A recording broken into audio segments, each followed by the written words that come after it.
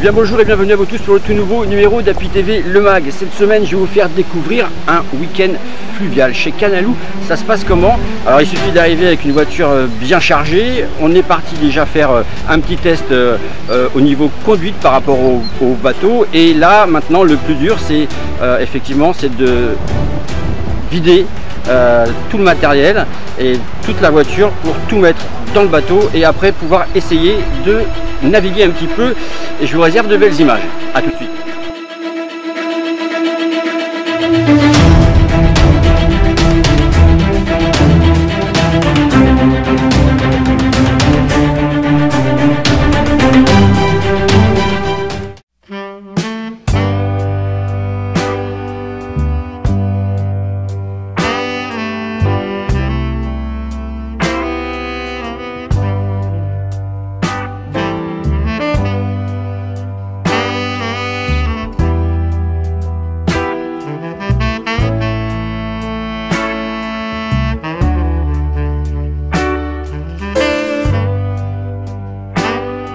Bon Claude, on est au tout début, là on est fin prêt. Qu'est-ce que tu nous conseilles comme circuit?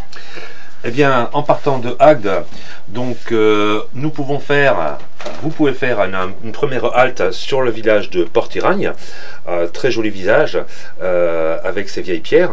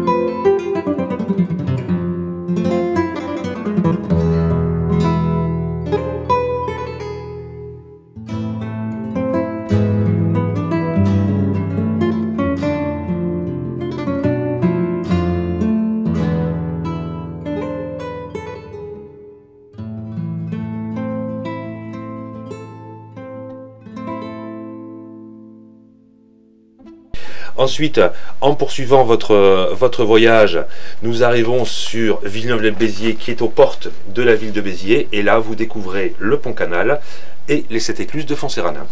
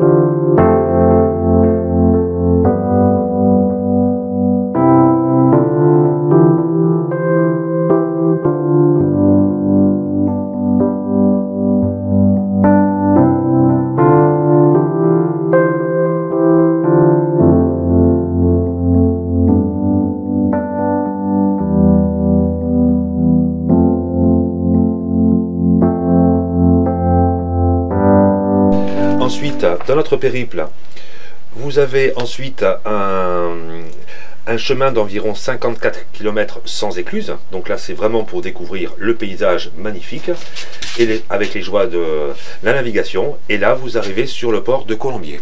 Colombier, une ville super sympa, très jolie, très pittoresque avec ses vieilles pierres et ses bons petits restaurants.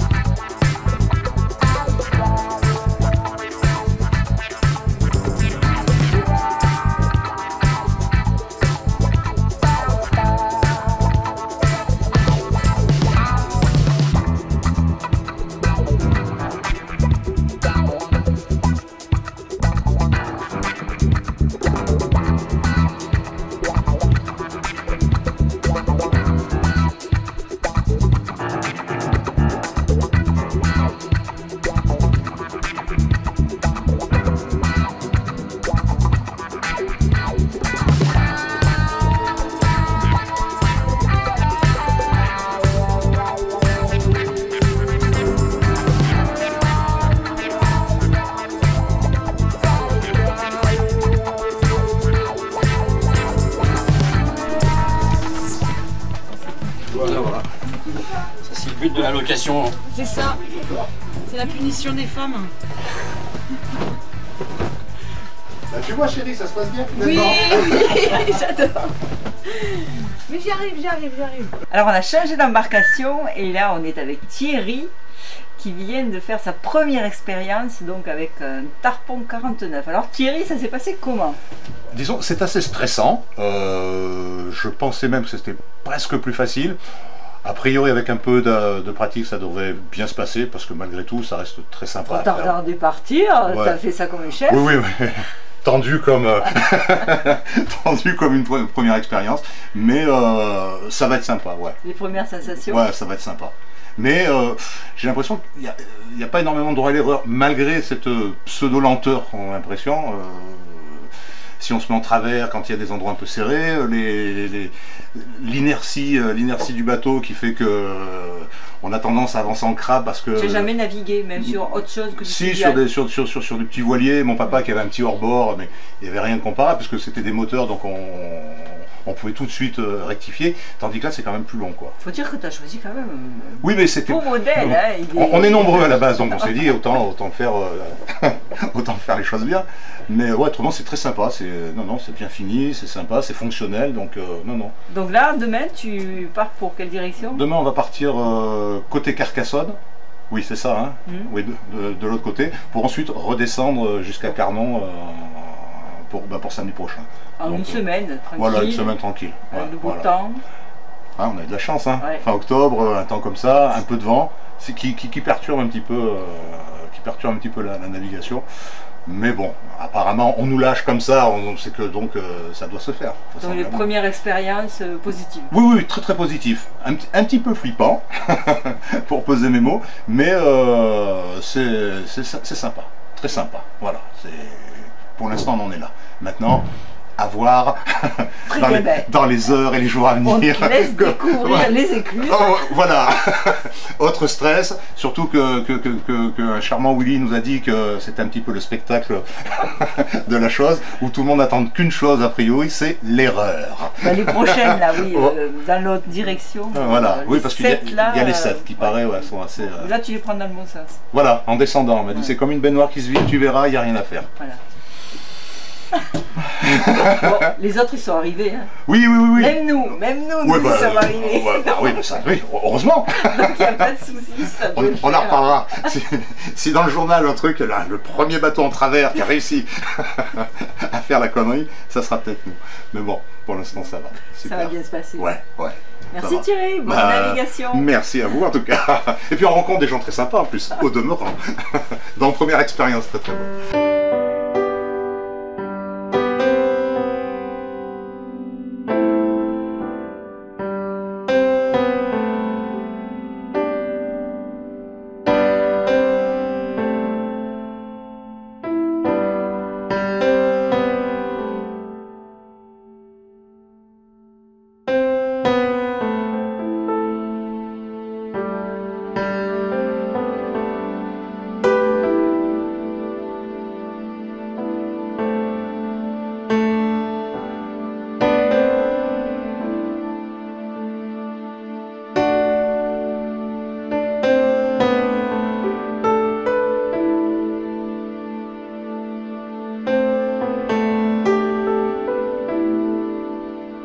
Après votre halte au port des Canalous de Colombier, juste à une petite encablure après, vous allez pouvoir passer sous le tunnel de Malpasse, qu'il faut également impérativement voir. C'est superbe.